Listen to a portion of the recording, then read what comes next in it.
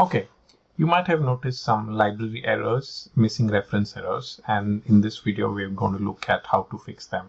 Hopefully you have selected the options that says, do you want to update this solution? You say yes, and then you will get this library reference errors. So how do we fix that?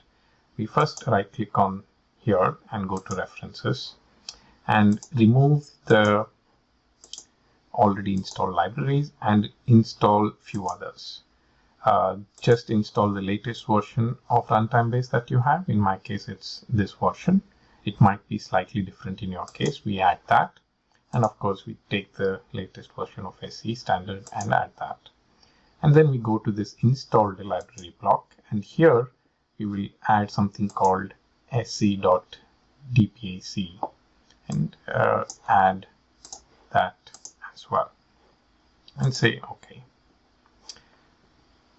Once we do that, it will compile and it doesn't show any errors, but if we go back, we still have some references to the previous version of the device. We need to update that, and that's where the main error was.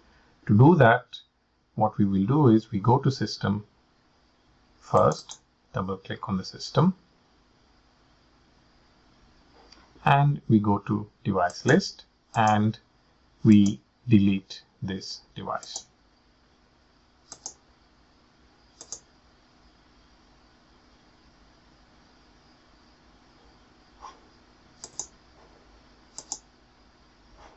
And then we add new device, and this time we select soft DPAC.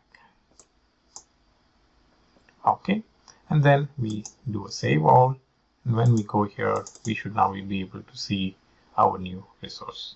And now we go back to our application, select everything, right click, mapping, and map to that new device.